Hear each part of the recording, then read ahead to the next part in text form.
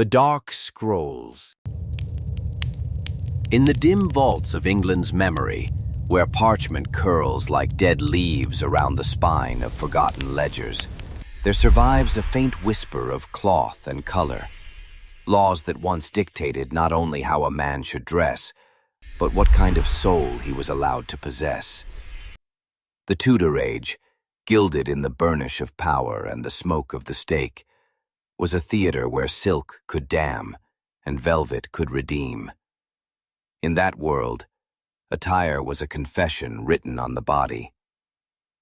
To walk in the wrong hue was to blaspheme against the order of creation itself. England in the 16th century was a realm obsessed with hierarchy.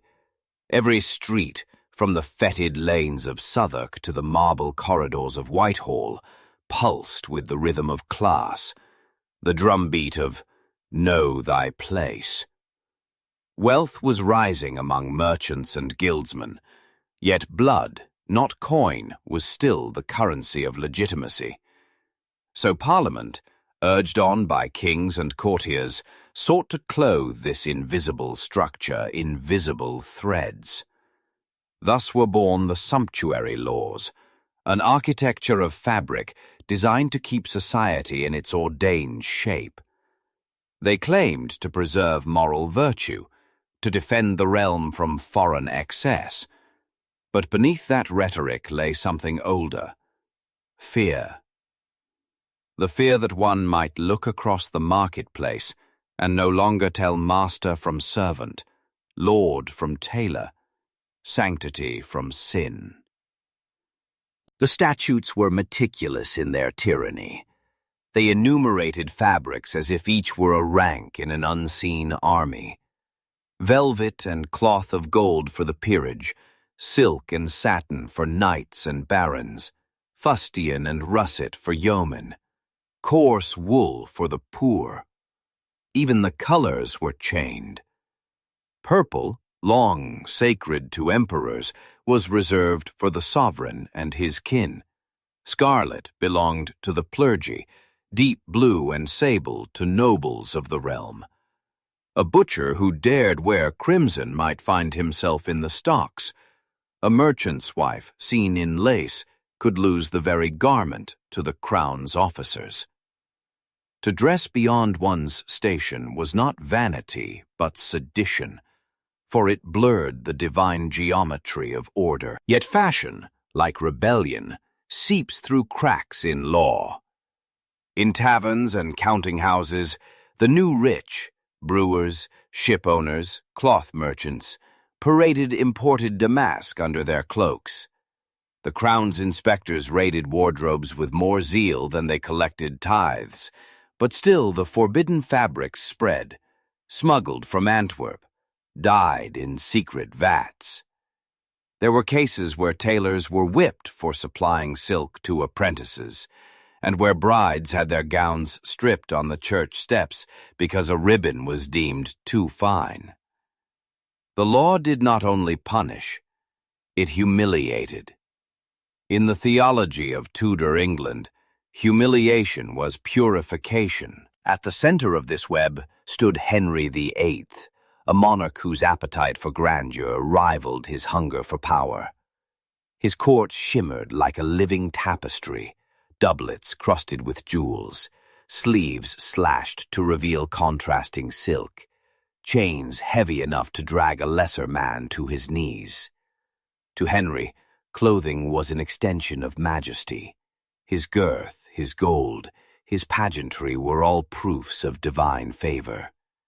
He ordered new statutes to police excess, though none exceeded his own, a paradox of royal vanity wrapped in moral decree. The king who forbade his subjects to imitate him. The chroniclers noted that in 1510 he appeared in cloth of silver so pure that, when light struck him, he seemed encased in flame. Such spectacle was not mere indulgence, it was strategy. In an age when printing was young and rumor was the true press of power, a monarch's image had to burn itself into memory. But Henry's England was also a workshop of anxiety. The Reformation tore through the fabric of belief, Monasteries fell, altars cracked, sacred figures vanished from their niches.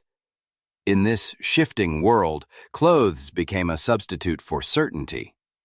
If conviction could no longer define one's place in eternity, perhaps fashion could still mark one's place on earth. To obey the sumptuary laws was to participate in order. To defy them was to flirt with the chaos that had consumed Europe. After Henry's death, the throne passed through storms of blood and creed until it came to rest upon the head of his daughter Elizabeth. By the time she rose from the shadow of her sister Mary's reign, England was weary of conflict and faith's extremes. The realm needed an icon to believe in, and Elizabeth understood that icons are made of fabric and light. Where her father had used clothing as ornament, she would wield it as scripture, rewritten in silk and gold. The Queen's image became the face of the nation, and her garments its living symbols. Her wardrobe grew into legend. Courtiers recorded it with awe, ambassadors with alarm. More than 2,000 gowns, some so stiff with embroidery that they could stand upright when empty. Pearls stitched like constellations. Ruffs starched to architectural perfection. Sleeves veined with gold thread so fine it shimmered like breath in winter air. Each morning, the Queen's gentlewomen dressed her, as one might prepare a relic for display. Layer upon layer, silk upon whalebone, girdle upon gem. The ritual could last hours, and the silence in the privy chamber was like that of a chapel before Mass. To Elizabeth, color was vocabulary. White proclaimed purity, a luminous defiance against the rumors of her legitimacy. Silver spoke of vigilance, gold of triumph. Black, when she wore it, was not mourning but menace, a reminder that she, like death, could not be conquered. When foreign envoys knelt before her, they did not see a woman, they saw an emblem. She understood with almost prophetic intuition that power in a divided age must be theatrical to survive.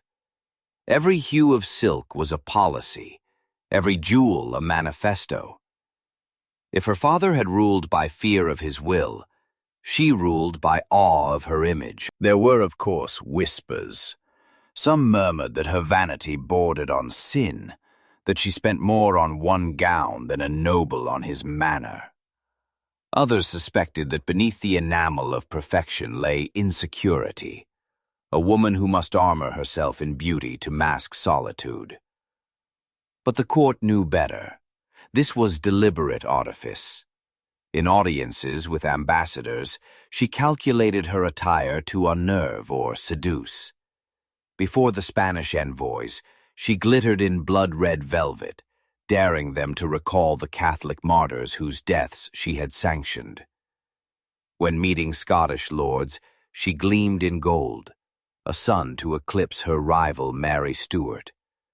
To the Polish legation, she appeared in white so blinding it seemed the embodiment of chastity itself, a mirage no man could possess. The garments were heavy, some weighing more than 20 pounds, yet she bore them like armor. Beneath the rustle of satin, courtiers heard the whisper of command. In portraits, she floated above her subjects, her skirts expanding like continents, her bodice a fortress of jewels. Painters could never quite capture the texture of her presence, for what radiated from her was not flesh, but myth. The Virgin Queen became both sovereign and saint, her body a reliquary of England's destiny. The irony, of course, was that the sumptuary laws she upheld were dissolving under the very currents she unleashed. Trade with the Low Countries and the Levant flooded London with fabrics that no statute could contain. Merchants grew rich, Their wives arrayed themselves in imported lace, and the old distinctions blurred once more.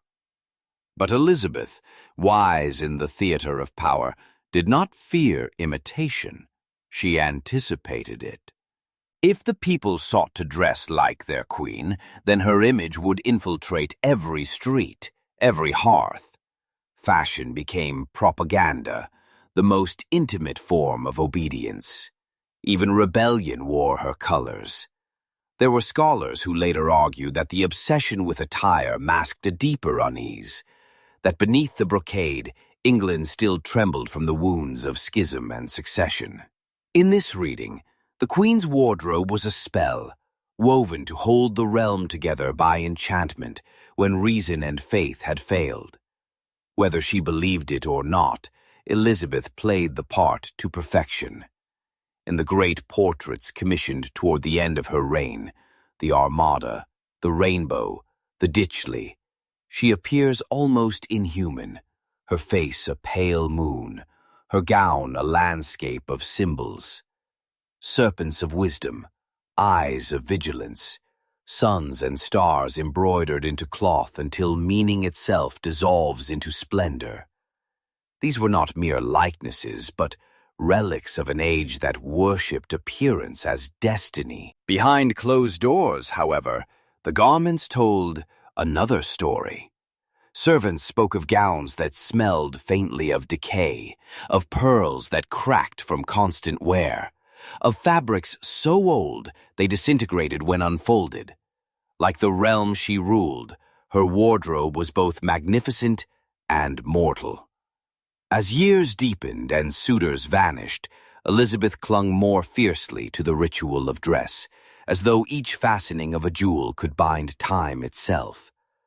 The courtiers saw only radiance. The seamstresses saw seams fraying at the edge of eternity. By the last decade of her life, the sumptuary laws were relics. Parliament still renewed them, but enforcement had become performance, a gesture to preserve the illusion of order. Merchants' daughters flaunted lace once reserved for duchesses. Minor gentry strutted in colors once forbidden. The old hierarchies had melted into commerce, and wealth began to replace blood as the measure of worth. Yet the spirit of the laws lingered in the English soul. That instinct to judge by appearance, to read morality in fabric, virtue in hue. It would survive long after the statutes were forgotten, whispering through centuries of fashion, from Puritan black to Georgian pomp. Elizabeth died surrounded by the ghosts of her gowns. They say she refused to go to bed in her final days, standing motionless for hours, swathed in layers of robes, as if fearing that to undress was to disappear. When at last she fell silent, her attendants found her draped in white satin, her fingers still clutching a jewel at her throat. Some thought it symbol, others vanity. But to those who understood her reign it was prophecy. For the queen who ruled through image had become one, fixed forever in paint and memory, neither flesh nor spirit, but legend. Centuries later, historians would unroll the surviving fragments of those garments, their threads dulled but still stubbornly bright.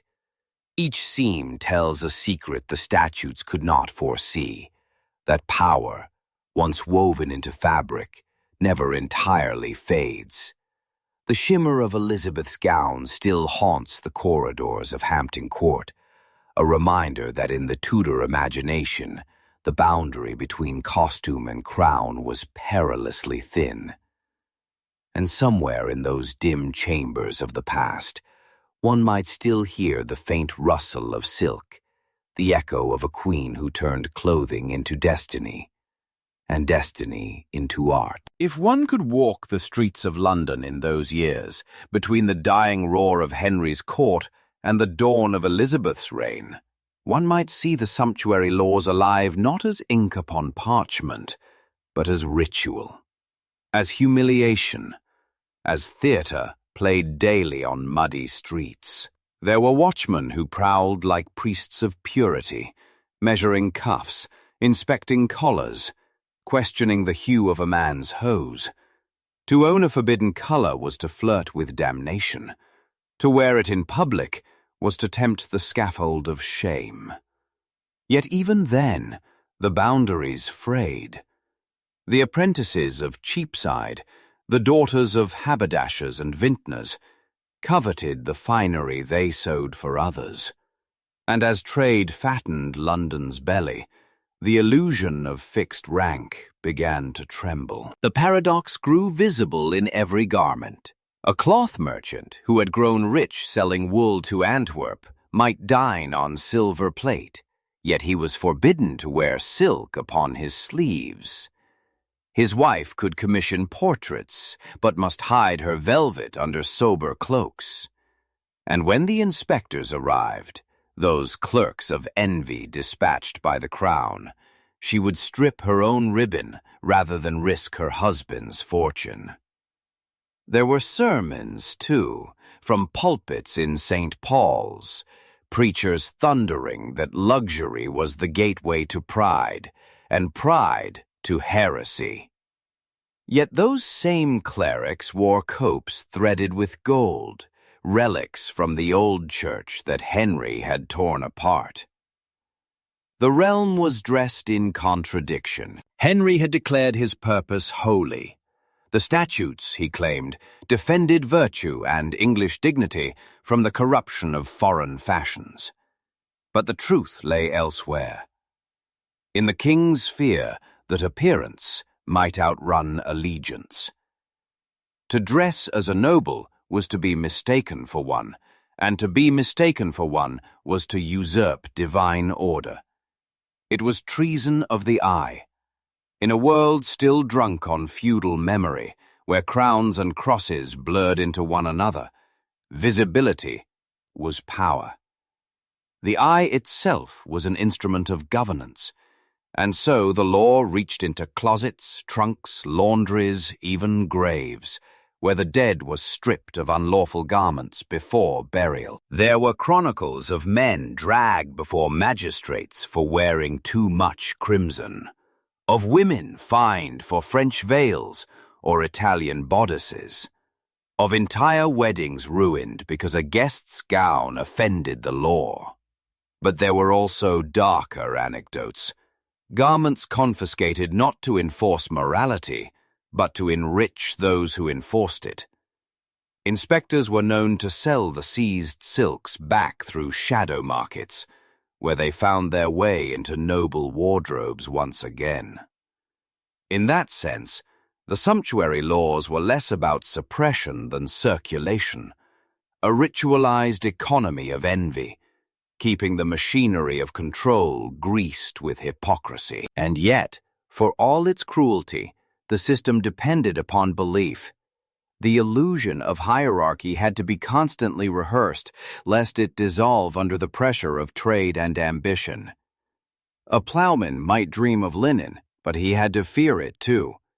The king's council understood that terror and desire must intertwine, as warp and weft in the same cloth. Thus, proclamations were read aloud in marketplaces, their words echoing like psalms of order. Let no man presume to wear the fabric of his betters, lest the body politic itself be torn asunder. The metaphor was deliberate. England was a body. Its garments were its skin. To clothe oneself improperly was to threaten dismemberment. When Elizabeth ascended the throne, she inherited not only the laws but their fragility. The court she built upon them was both spectacle and snare. Her ministers, aware of her instincts, turned enforcement into ceremony. Wardrobe audits became part of statecraft. Spies, disguised as dyers or laundresses, reported who in the city dared to imitate courtly dress. Punishments were rare, but rumors of punishment were constant, and in such rumors lay the crown's advantage. Fear made obedience cheaper than silk. What Elizabeth grasped, with almost mystical acuity, was that the visible could rule the invisible. In an age before newspapers, before portraits could travel beyond a noble hall, clothing was propaganda worn in motion. When she processed through London, the city became her mirror. From her carriage, the Queen would gaze upon her subjects as they knelt, their clothing forming a living map of loyalty. Coarse wool in the suburbs, fine velvet near the palace. And when her image was carried in effigy, on painted panels or miniature cameos, it was the costume that spoke first, the ruff like a halo, the jeweled stomacher like a shield. Her reign existed as much in fabric as in flesh. It was said that she never wore the same gown twice before public eyes. Whether that was truth or myth mattered little. What mattered was the awe it inspired. The laundresses whispered of hidden chambers at Whitehall, filled to the rafters with gowns, each sealed in linen and marked with notes of when and before whom it had been worn. Her dressers catalogued them like relics, recording not just materials but meanings. White with silver eyes for Christmas court, crimson with pearls for Spain, black with rubies for mourning and majesty combined. To study those records is to read the diary of a reign, written not in ink, but in silk. In this theatre of cloth, the courtiers became actors bound by the same script. They competed not for the Queen's favor alone, but for the privilege of attire that reflected it. The Earl of Leicester, her favorite, imported Italian doublets at ruinous cost, hoping to outshine rivals. Sir Walter Raleigh paraded cloaks embroidered with seed pearls and silver suns, an audacity that bordered on heresy. Yet every extravagance was also a declaration of service, for to dress magnificently was to magnify the Queen. The court shimmered like a constellation orbiting a single star. Still, envy brewed beneath the glitter. Those excluded from favor whispered that the Queen's love of spectacle was vanity dressed as virtue. Puritans, rising in number, condemned her court as Babylon reborn, its silks and perfumes signs of moral rot. But even their sermons betrayed fascination. They could not look away. The more they denounced her splendor, the more her legend grew. In their fury, they became her unwitting heralds. Outside the palace, the contagion of fashion spread. Apprentices dyed their hose brighter than law allowed. Widows pawned heirlooms to buy lace collars modeled after the Queen's. London tailors boasted of secret patterns copied from court designs, their customers risking fines for a taste of majesty. The enforcement officers, overwhelmed, began to turn blind eyes in exchange for coin. Soon, the line between lawful and illicit blurred beyond repair. The sumptuary laws, conceived to preserve hierarchy, had instead democratized desire. There is a curious irony in that. The same statutes meant to prevent social climbing became the ladder by which ambition rose. By the late 1580s, it was no longer the garment itself that revealed rank, but the manner in which one wore it. The confidence, the poise, the fluency of gesture. A merchant who knew how to carry himself could appear more noble than a baron born in debt. Thus, performance replaced birthright. The body became theater, and fashion its script. Historians would later wonder whether Elizabeth foresaw this transformation, whether she had weaponized imitation rather than feared it. If so, it was a masterstroke. By making herself the unreachable ideal, she ensured that every imitation reinforced her supremacy. Her subjects could mimic, but never equal her. Even the rebels who mocked her excess were trapped in her language, for to reject her fashion was still to define oneself by it. She had turned vanity into empire. In the great progresses, the royal tours through shires and cities, this dynamic played out like ritual. Local nobles bankrupted themselves to welcome her, erecting triumphal arches, paving roads with temporary carpets, hanging banners woven with Latin praise. Their wives spent months preparing gowns to rival the Queen's retinue, only to be eclipsed when Elizabeth emerged, gleaming like an apparition. The air would thicken with perfume and awe. Chroniclers recorded that people wept upon seeing her, as if confronted by some divine apparition. It was not piety but spectacle that moved them. Yet behind the spectacle lurked calculation. Elizabeth's expenses for clothing were staggering, but each bolt of fabric served diplomacy. A gift of cloth to a favored courtier was both reward and leash.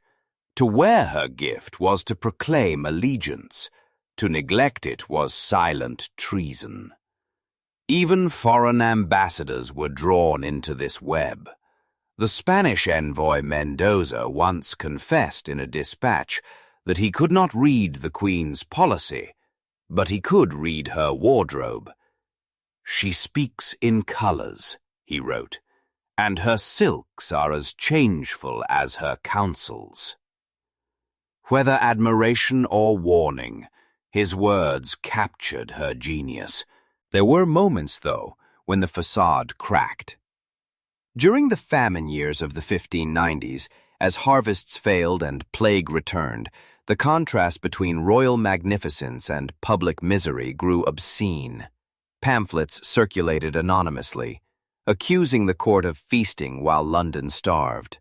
One broadsheet depicted death itself wearing a ruff and crown. The Privy Council suppressed such satire, but the whisper lingered, that the Virgin Queen's garments had become too heavy, her jewels too bright against the country's dimming light.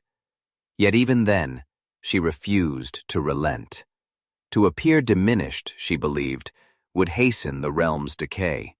So she shone all the fiercer, defying ruin with embroidery. It is easy, from centuries away, to mistake this obsession for vanity alone. But those who stood in her presence understood the deeper alchemy. The Queen's clothing was her armor against both mortality and male power. In a world where womanhood was frailty, she clothed herself in symbols until gender itself dissolved. Beneath her jeweled carapace, she became abstraction, majesty, England, the state. The body that could be married or violated disappeared. Only the image remained. In this, Elizabeth anticipated the modern age more than any of her statesmen. She understood that image, once consecrated, can outlast flesh, faith, and empire alike. The last great procession of her reign, in 1601, was a ghost of its former glory. The Queen moved slowly, supported by courtiers, her face painted whiter than parchment, her gown glimmering like frost. Those who saw her swore that jewels seemed to float upon air, her body almost gone beneath their weight. It was as if the garments had consumed their mistress, the costume devouring the actor. In that spectacle lay the final truth of Tudor fashion, that what begins as display ends as disguise, and what begins as law becomes legend. When she died 2 years later, her attendants sealed her wardrobes as though entombing relics. The locks were broken only under James I, who ordered inventories for the crown. The lists survive, cold, meticulous, heartbreaking. Item: 1 gown of white satin, embroidered with eyes and ears of gold. Item: 1 robe of cloth of silver with serpents of wisdom. Item: 1 kirtle of crimson velvet lined with lynx fur. Each line is a whisper from the silence she left behind. In those relics, scholars read the confession of a reign that clothed its insecurity in splendor. and its authority and artifice. The sumptuary laws faded soon after, repealed not by rebellion but irrelevance. The merchants had won. The age of commerce had dawned. Yet the ghost of those laws lingers still. In etiquette, in branding, in the subtle hierarchies of dress that shape societies long after monarchs fall. Every tailored suit, every wedding gown, every uniform is a descendant of that Tudor creed. That power must be seen to be believed.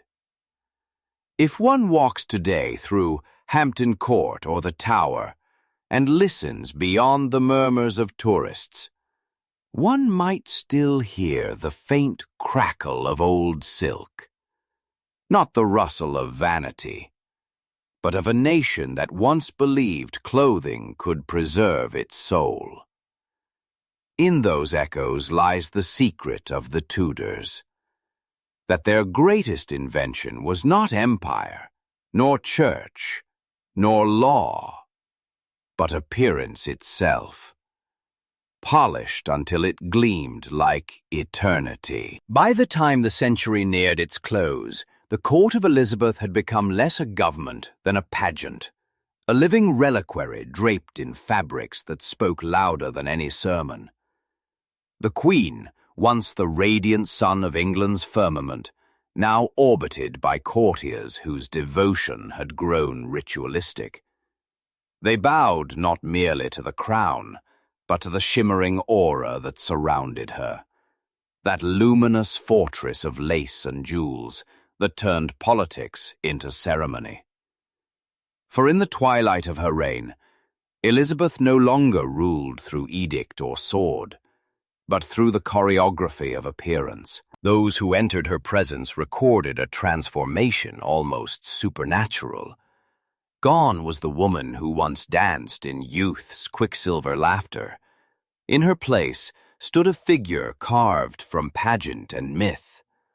Her gowns had grown so elaborate that attendants whispered of hidden scaffolds within them, wooden frames to support their vast circumference.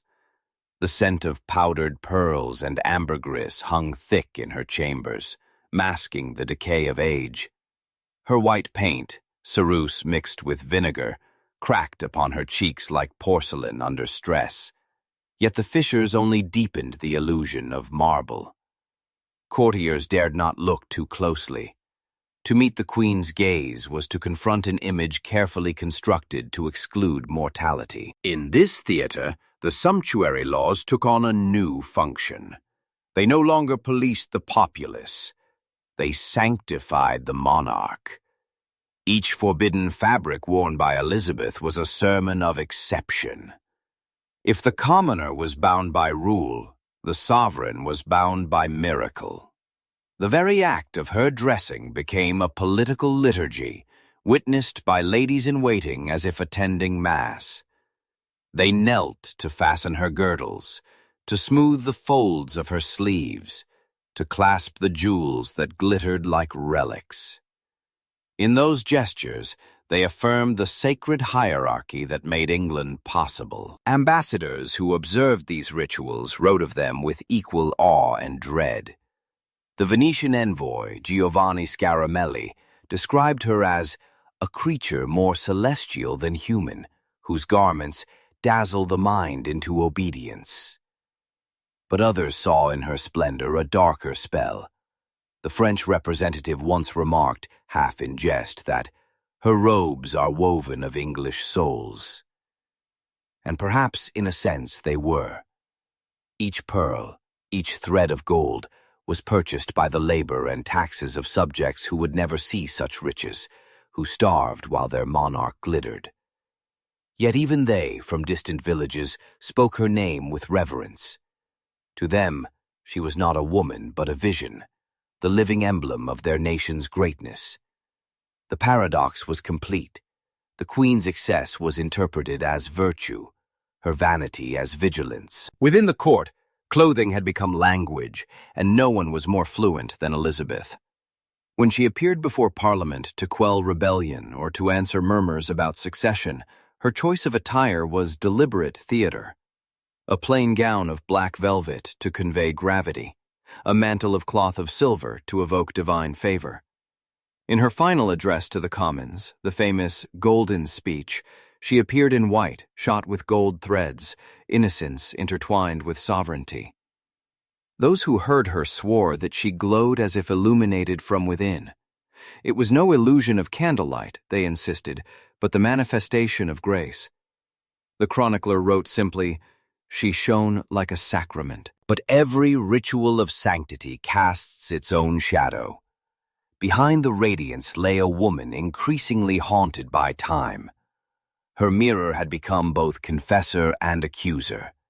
To preserve her image was to deny the slow betrayal of flesh. She forbade anyone to mention her age. Portraits that showed wrinkles or sagging cheeks were destroyed. Artists were instructed to paint her as ageless, to repeat the same idealized face, the mask of youth, across decades. Thus, even as the Queen grew frail, her image remained eternally triumphant. It was a visual lie, but one sanctioned by necessity. The stability of the realm depended upon it. To see her diminish would be to glimpse the fragility of the entire order she embodied. There are accounts from her ladies of nights when she refused to remove her jewels, when she paced her chambers until dawn, whispering fragments of prayers and commands to ghosts long dead. Her closest servant, the red-haired Blanche Parry, once confessed that she feared to see her mistress unadorned. She seemed no longer herself, she wrote, but some sad woman in a winding sheet. Elizabeth's armor was not metal, but illusion. To disrobe was to become mortal. So she dressed as if to outwit death, layering silks like spells against decay. Yet the more she fortified herself with splendor, the more those around her learned to imitate its grammar. Courtiers began to construct their own mythologies through dress, crafting identities as carefully as the Queen had her legend. The Earl of Essex, young and impetuous, appeared before her in a cloak embroidered with a phoenix, a symbol she had long claimed as her own. The gesture, half flattery, half defiance, did not go unnoticed. When he later rebelled, she ordered his execution, and on the scaffold he wore the same cloak, now darkened by the morning mist. It was as if the theater of fashion had turned tragic, the symbols consuming their actors. Outside court walls, the contagion spread further still. Portraits of prosperous merchants' wives show them adopting elements of royal iconography, the high ruffs, the stiffened bodices, the embroidered sleeves. Painters echoed the Queen's pose, one hand upon a globe or prayer book, the other extended in composure. What began as imitation became aspiration. Through fabric, the middle class rehearsed nobility. The very laws meant to preserve hierarchy had instead taught a nation how to perform it. And performance, once learned, cannot be unlearned. There is a deeper current running through these transformations, a spiritual one. The Reformation had stripped England of its saints, its altars, its pageantry of faith. In their absence, the human form, and especially the Queen's form, absorbed the sacred energies once reserved for icons. The embroidered gown replaced the reliquary. The jeweled ruff became a halo. Painters like Hilliard and Gierotz, forbidden to depict the divine, transfigured Elizabeth into the next best thing, a living symbol of eternal order. In this sense, her fashion was theology translated into silk. The Virgin Queen was England's last miracle, sustained not by dogma, but by design. The chroniclers of her time sensed the power of this illusion, even as they tried to explain it. Some called her vanity a political necessity, others a sin gilded into virtue. The poet Edmund Spenser, in his Fairy Queen, could not name her outright, yet cloaked her in allegory. Gloriana, the radiant sovereign of a moral cosmos. His verses shimmer with the same contradictions as her garments: purity laced with pride, sanctity sown with ambition. In literature, as in life, Elizabeth became both woman and myth, the needlepoint where mortal and divine met. Meanwhile, the machinery of her wardrobe grew monstrous. Dozens of seamstresses worked year-round, many to exhaustion, their fingers raw from stitching pearls and gold thread. The royal accounts reveal staggering numbers: bolts of Italian satin, barrels of dye from Flanders, gems from the East. The expenses were justified as expressions of majesty, but behind the arithmetic lay a darker arithmetic of empire. The colonies beginning to stir across the ocean, the ventures of Raleigh and Drake, fed this hunger for finery. The Queen's splendor was paid for in spices, sugar, and the suffering of distant lands. Thus the theater of English glory had its unseen stagehands scattered across the world. Within the palaces, the fabrics themselves carried omens. Superstition wove through fashion like a hidden thread. Certain colors were avoided: green for envy, yellow for betrayal, while others were worn to summon fortune or ward off disease. The Queen favored pearls, not merely for their luster, but for their symbolism of chastity. Yet some whispered that pearls were unlucky, born from tears. To counter this, she paired them with rubies, the stones of blood and vitality, as if to balance life against sorrow. Each ensemble was an alchemical equation, a negotiation between fate and faith.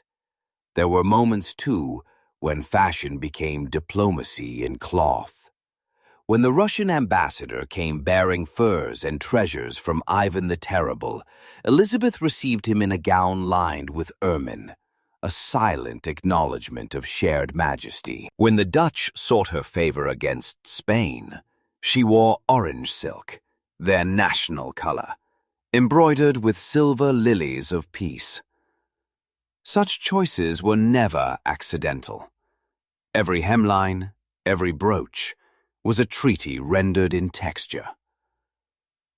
But even mastery breeds dependence. In making herself inseparable from image, Elizabeth became prisoner of her own invention. The courtiers feared to speak to her plainly, for truth was unwelcome in a hall of mirrors. They told her she looked radiant when her health waned. They applauded her wit when her voice trembled. The cult of her beauty demanded maintenance even in decline. To falter in admiration was treason of the heart. As years drew on, the dissonance between the eternal image and the passage of time deepened. Foreign visitors remarked with unease that the Queen, viewed up close, seemed spectral, her smile rigid beneath paint. Yet, from afar, amid the glow of torches, she still commanded awe. Perhaps that was the essence of her genius. She understood that distance was the true foundation of authority. So long as she could be seen but not touched, admired but not familiar, she remained sovereign. In 1600, as rebellion simmered in Ireland and the Spanish menace still loomed across the seas, the Queen commissioned what would be among her last great portraits, the rainbow. In it she stands in a landscape of storms, holding a rainbow in her hand, the motto embroidered above her: Non sine sole iris, no rainbow without the sun. Her gown gleams with eyes and ears, symbols of omniscience. Around her neck, strings of pearls cascade like frozen tears. It is an image of royal vigilance, of beauty transformed into watchfulness. To look upon it is to feel both admiration and dread. The message is clear. So long as she shines, the realm endures. When that painting was unveiled, courtiers fell to silence.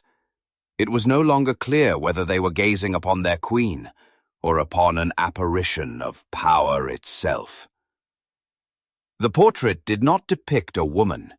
It depicted England's idea of permanence, and that was her final triumph.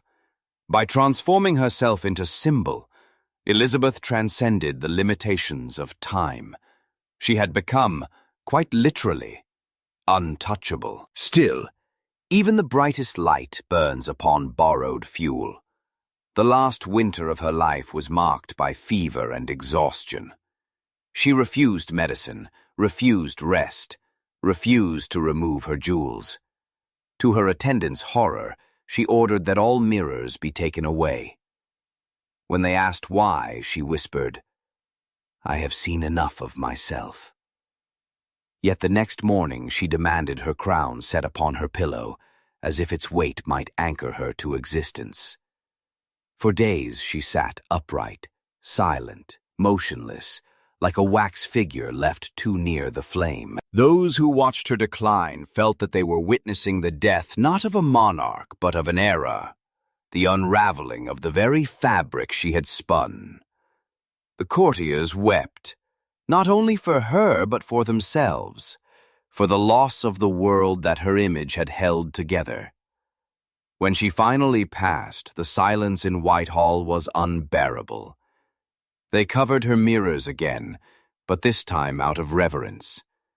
The queen who had lived by reflection was gone, leaving only reflections behind. Her funeral procession stretched for miles, the streets lined with mourners dressed in black.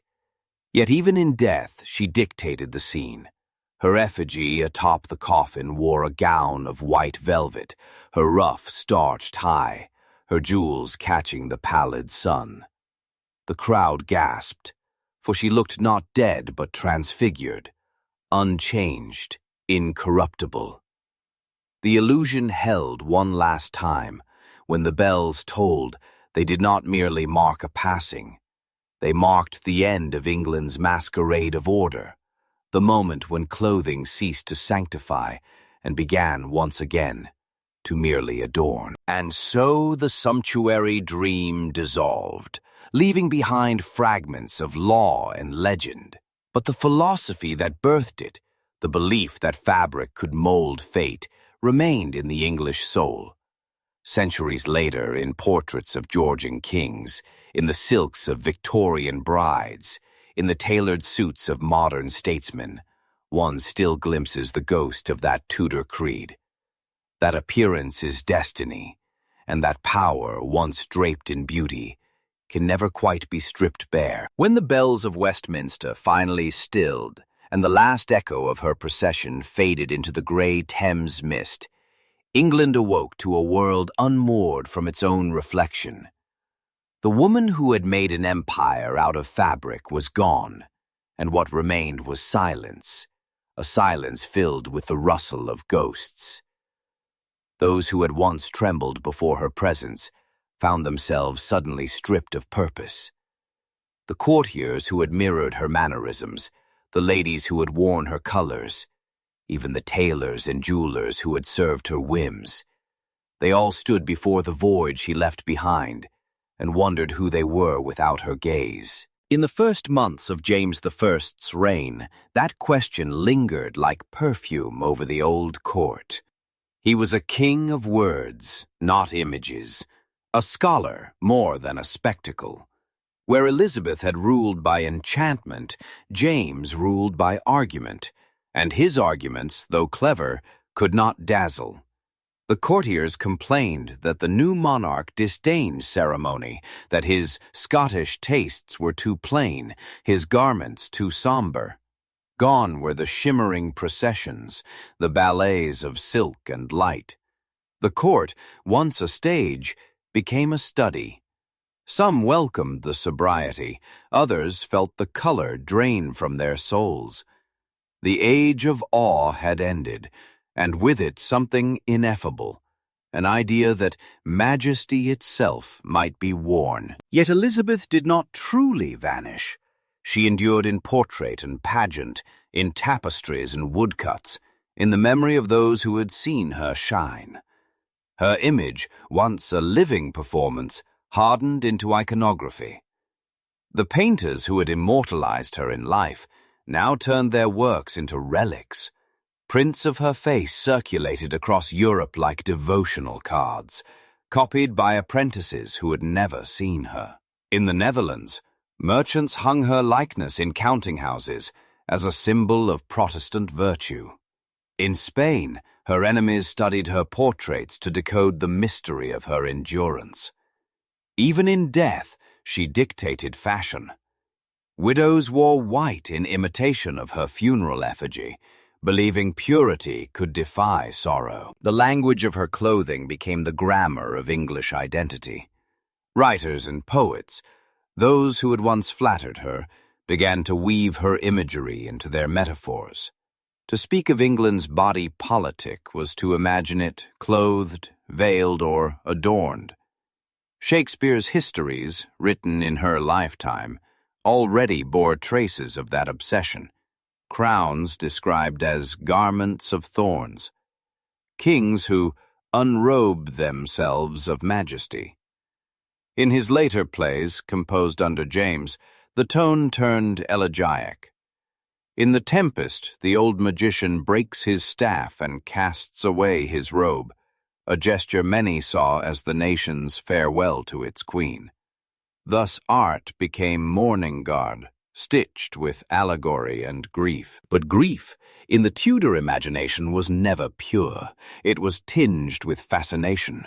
The people who had revered Elizabeth began to mythologize her as both saint and sorceress. Some claimed her wardrobe possessed talismanic power. In 1605, a rumor spread through London that a merchant who had purchased one of her old gowns fell ill and died within a fortnight, the fabric too holy for mortal skin. Others said the pearls from her collars brought misfortune to those who wore them. The Privy Council dismissed such tales, yet they persisted, whispered in taverns and at spinning wheels.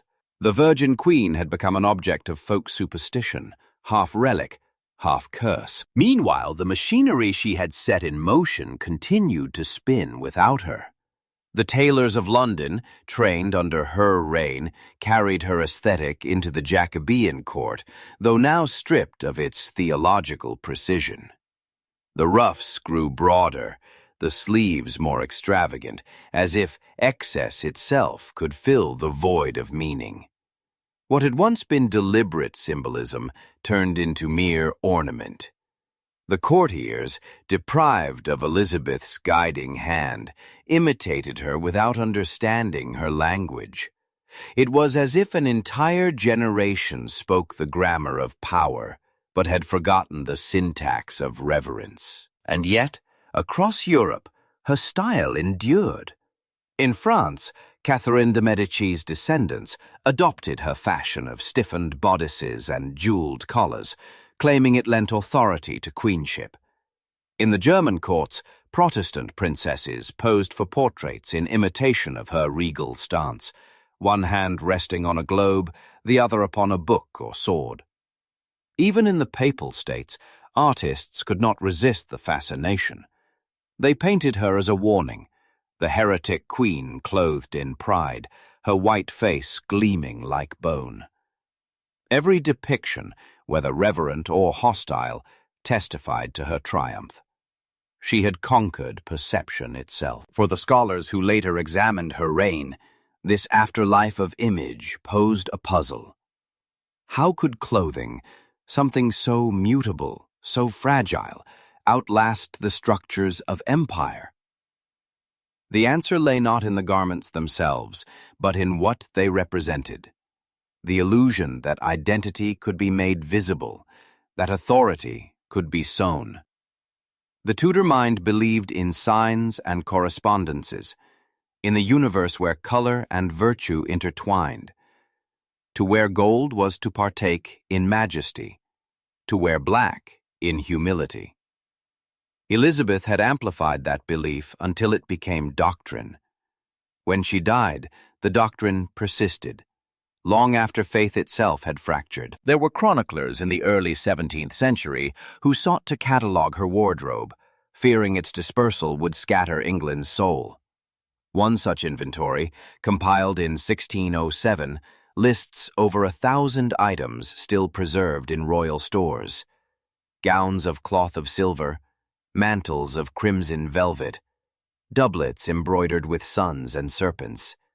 Each entry reads like scripture, an invocation of lost power. But already the moths had begun their silent work, consuming thread by thread what had once ruled continents. Within decades, most of the garments were gone, sold, gifted, or disintegrated. Only fragments survive today. A sleeve at the Museum of London, a bodice in a glass case, the ghosts of embroidery too delicate to touch.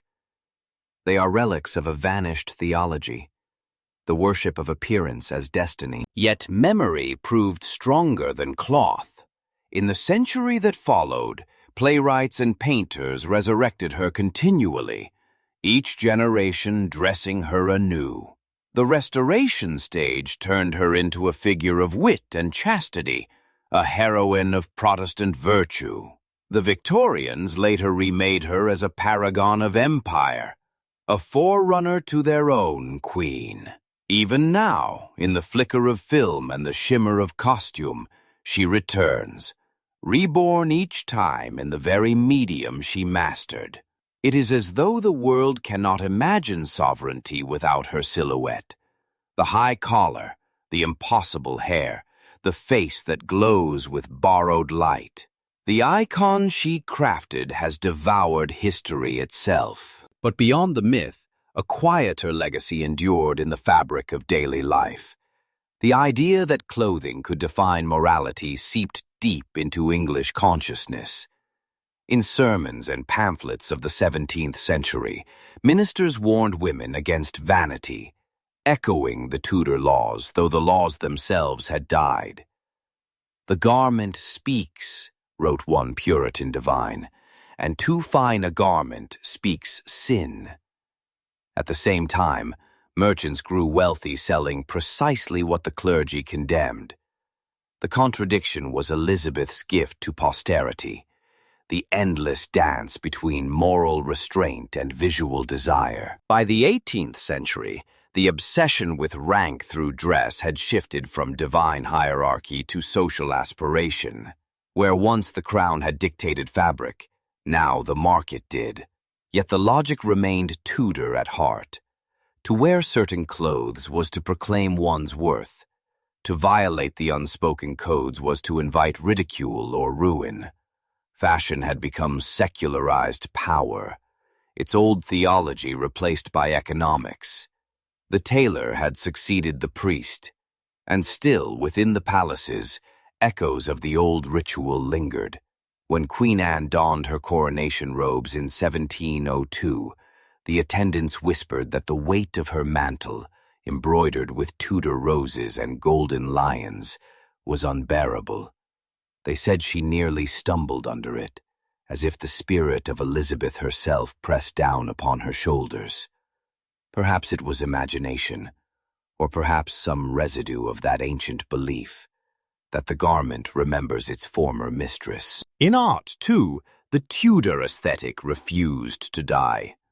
Portraitists continued to borrow Elizabeth's motifs: pearls, serpents, suns, the hand upon the globe, symbols detached from meaning yet pregnant with nostalgia. To paint a monarch was to borrow her vocabulary, whether acknowledged or not. Even male rulers began to appropriate her visual strategies, their regalia echoing the theatrical balance of sanctity and menace she perfected. The very concept of the royal image, meticulously staged and disseminated, owes its origin to her wardrobe.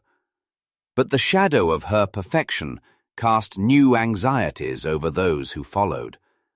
No queen could appear without being compared to her.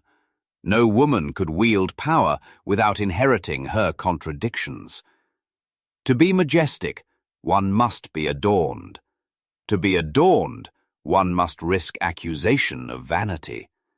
Thus, Elizabeth's triumph became a curse for her successors, a mirror they could neither break nor escape. Centuries later, Victoria would confront the same dilemma: how to embody empire without becoming its prisoner.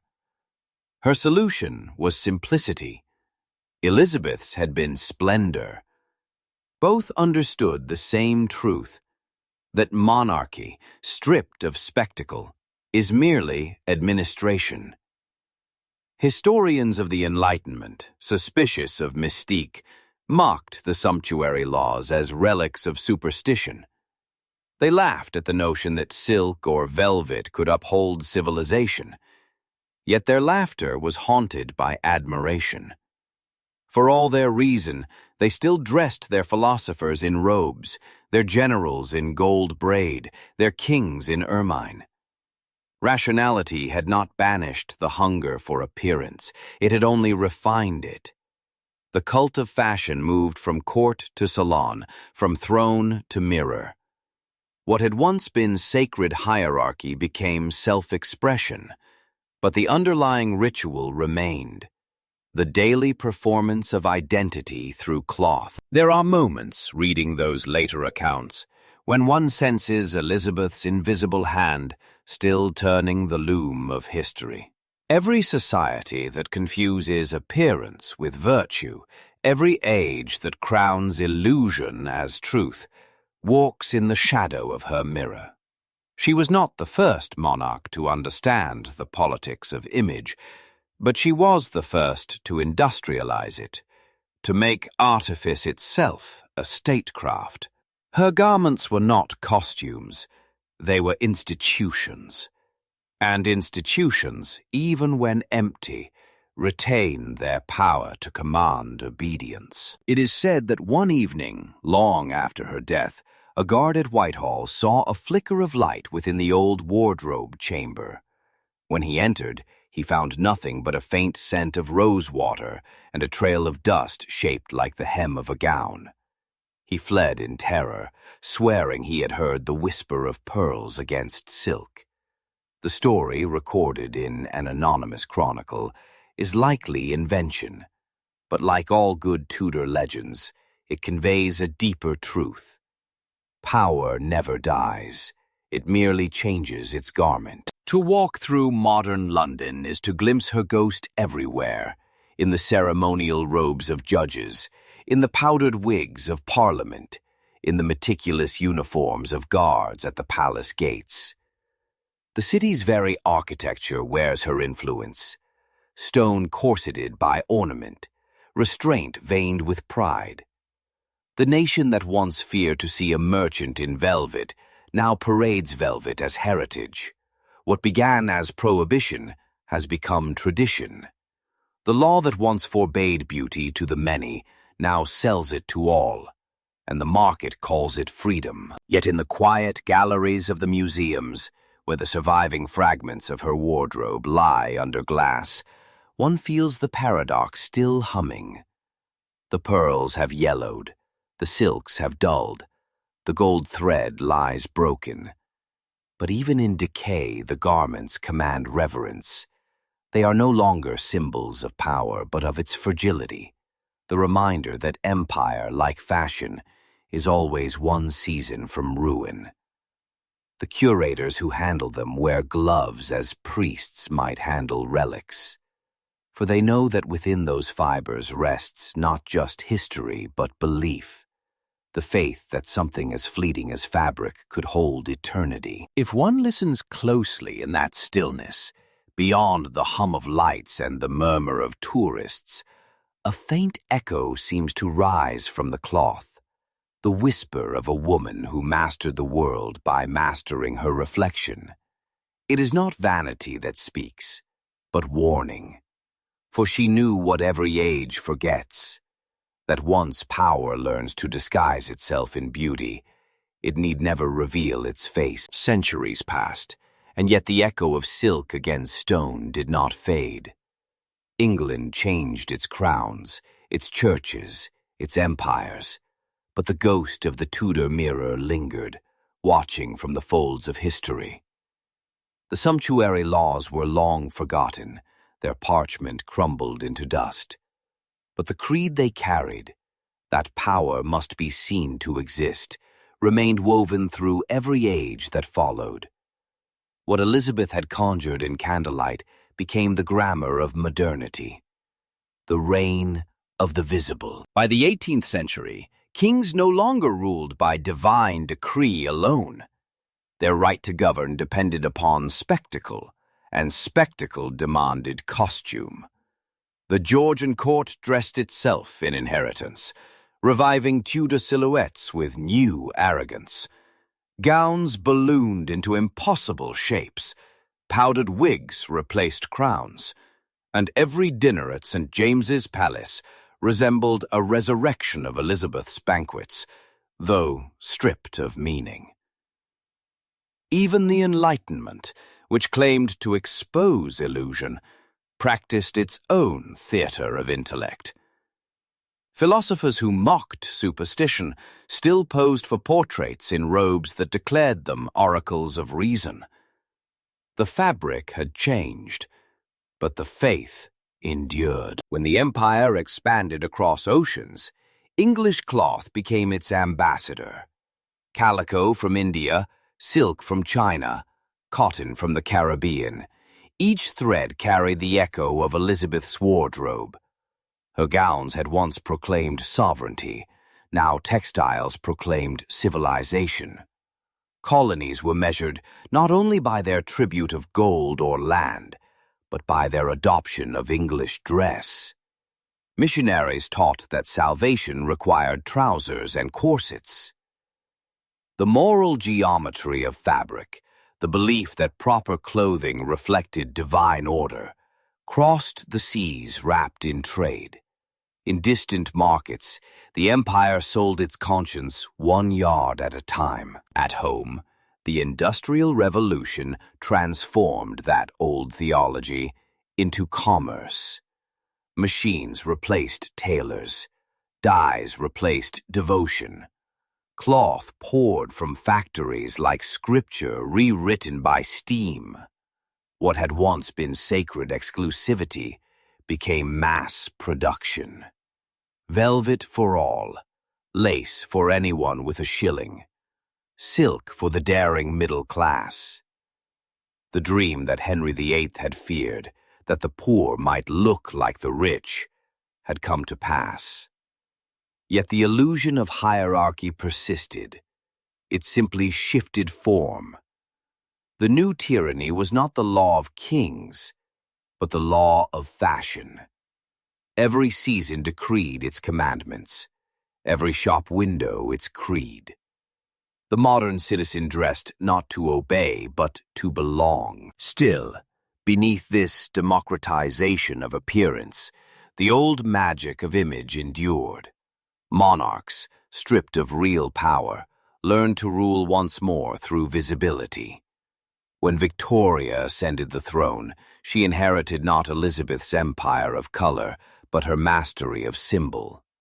Where her predecessor had commanded awe through splendor, Victoria commanded devotion through simplicity. Black became her uniform, mourning her lost Albert, but also sanctifying her reign. She understood, consciously or not, that the language of dress could still define a nation's soul. In the photographs that spread across continents, her severe silhouette became an emblem of virtue, discipline, and empire's endurance. She was Elizabeth reborn in shadow, the Virgin Queen inverted, not radiant but resolute. And through her, the politics of fabric entered the age of photography. The camera, when it came, did not kill the old rituals, it immortalized them. It made every subject his own monarch, every citizen a performer. Portrait studios replaced royal ateliers. The power to manufacture identity passed from crown to crowd. But with that power came anxiety, the same terror that haunted Tudor England, that appearance might outstrip essence. Victorians fretted over moral decay behind painted smiles, just as Puritans once railed against lace and silk. Newspapers mocked the dandy, the man who worshipped clothing more than creed, yet they could not stop reading about him. Society, born from the ashes of sumptuary law, had learned to feed upon its own reflection. Across the centuries, the spirit of Elizabeth I moved quietly through these transformations, an unseen tailor adjusting each era's garments of belief. When kings turned into constitutional relics, they survived by wearing history like armor. When politicians replaced monarchs, they too learned the art of performance. Every speech required costume, every leader a wardrobe that whispered intention. The suit replaced the ruff, but the message remained. Authority must be tailored.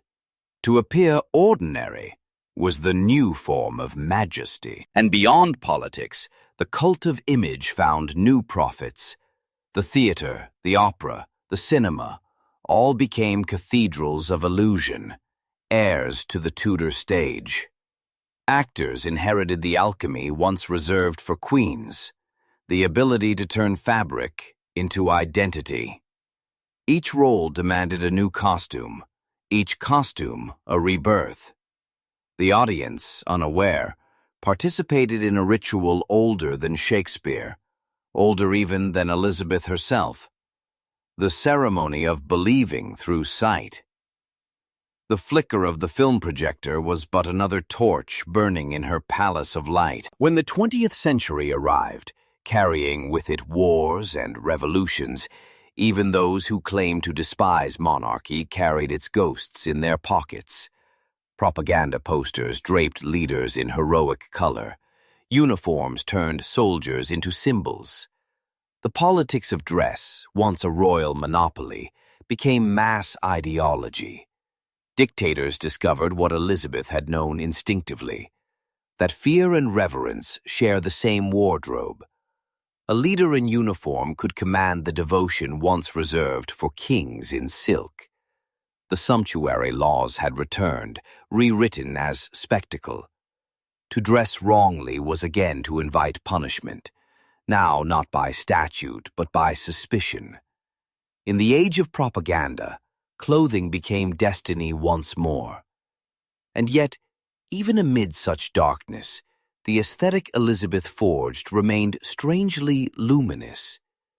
During the coronation of Elizabeth II, the cameras captured not just a ceremony but an echo. The new queen, robed in cloth of gold, processed beneath vaults that had once echoed with her namesake's footsteps.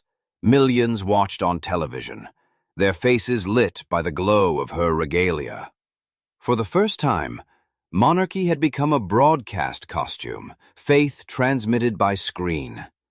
The same illusion that once held a kingdom in thrall now spanned the globe. The Virgin Queen had conquered time. Her reflection lived in electricity.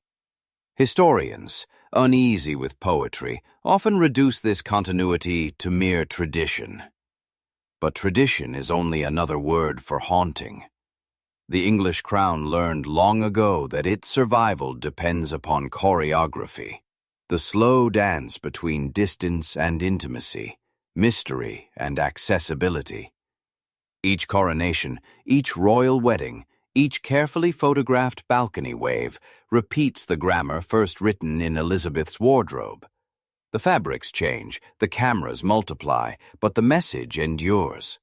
Sovereignty resides not in blood, but in appearance. To see the monarch is to believe the nation still exists.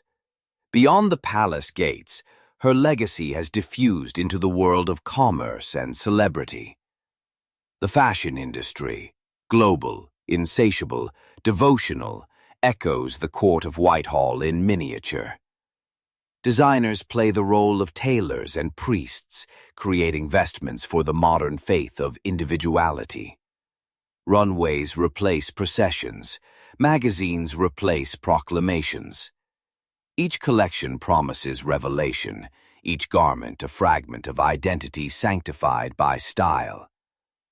The old fear of dressing above one's station has inverted.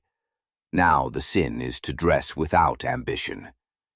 We have all become Elizabeth's subjects, sewing our worth into what we wear. And beneath this spectacle, the same psychological tension hums. The desire to be seen versus the terror of being seen too closely.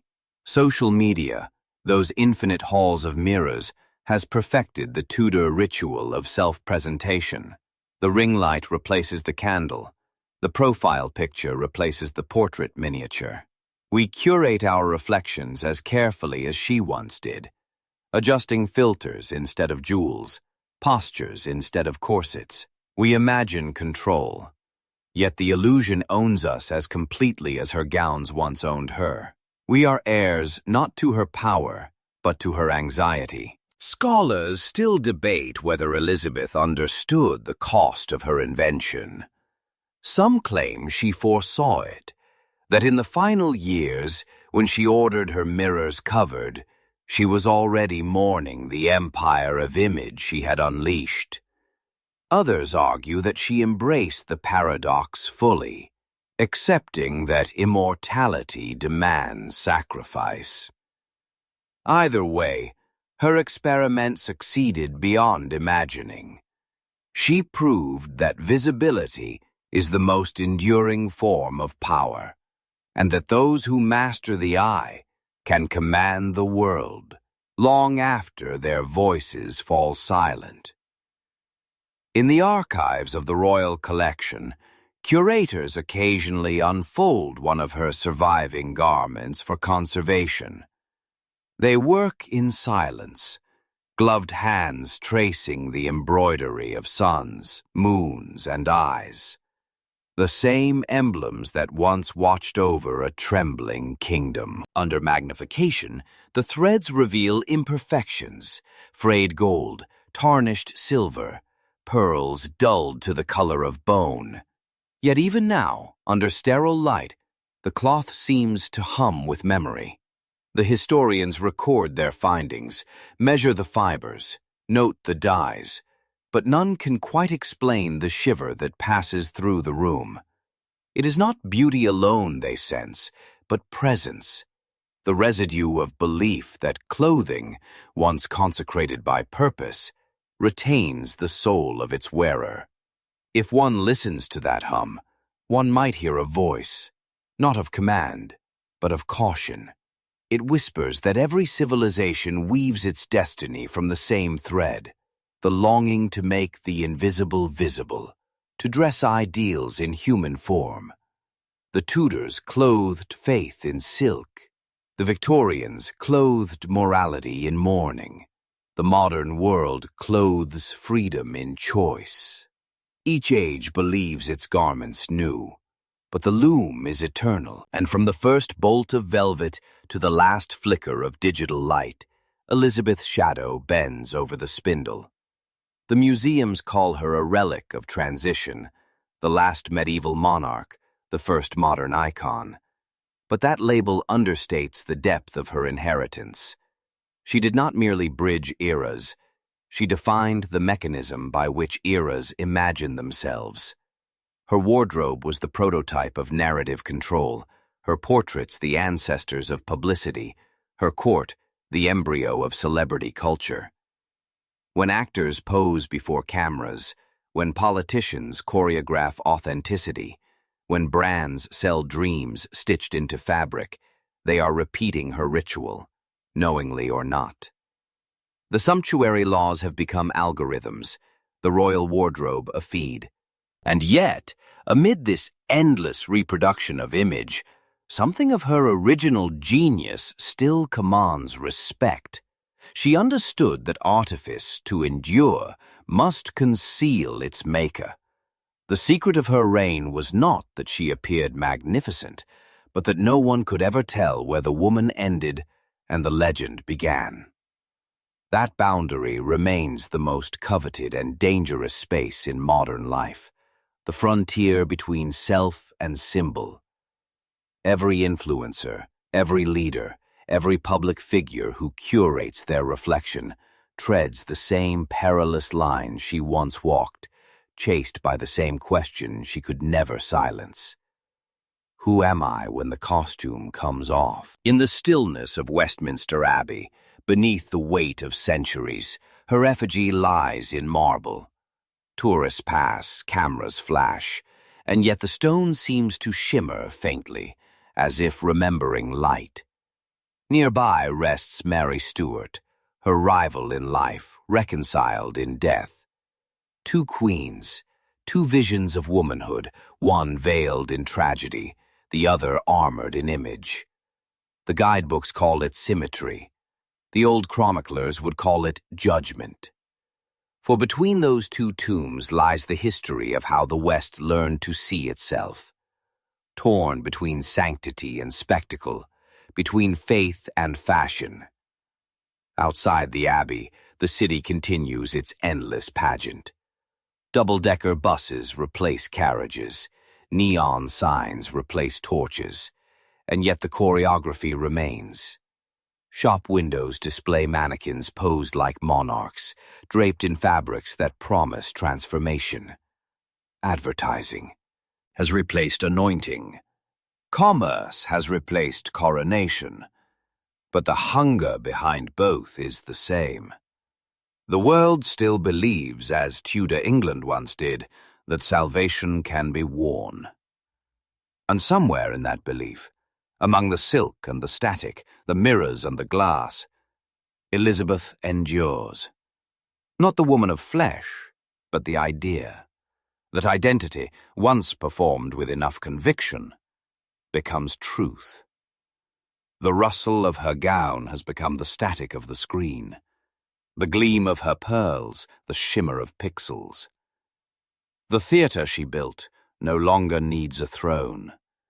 It resides in every illuminated face gazing into its own reflection. There is an old phrase carved into the lintel of a forgotten tailor's shop near Fleet Street, worn by soot and time. By the garment is the soul revealed. It is almost certainly apocryphal, yet it feels like something she might have said. For she knew better than any monarch before or after that the soul, once revealed, can never again be hidden. And so the world she left behind has clothed itself endlessly, terrified of the naked truth beneath. The parchment that once bore the sumptuary laws lies darkened in the archives, its ink faded but legible. It lists fabrics, colors, penalties, an inventory of control. To modernize, it seems absurd, an artifact of ignorance. But to read it closely is to glimpse the foundation of our own faiths. We still live by invisible statutes of appearance. We still judge, envy, and desire through what we see. We have abolished the punishments, but not the hierarchy. The law survives in our gaze. Thus the chronicle closes where it began, in the quiet conviction that appearance is destiny. From the flicker of torches in Tudor halls to the glow of screens in modern rooms, the thread runs unbroken. It binds centuries, monarchs and commoners alike in a single fabric of illusion. And if one could unroll that fabric across time, one might find, stitched at its heart, a single signature in fading gold. : Elizabeth R. She is still there, half saint, half sorceress, smiling faintly through the dust of history. Her pearls cracked but still gleaming, her silks torn but still whispering. And as long as the world continues to worship what it can see, her reign will never truly end. Thanks for watching. Subscribe for more.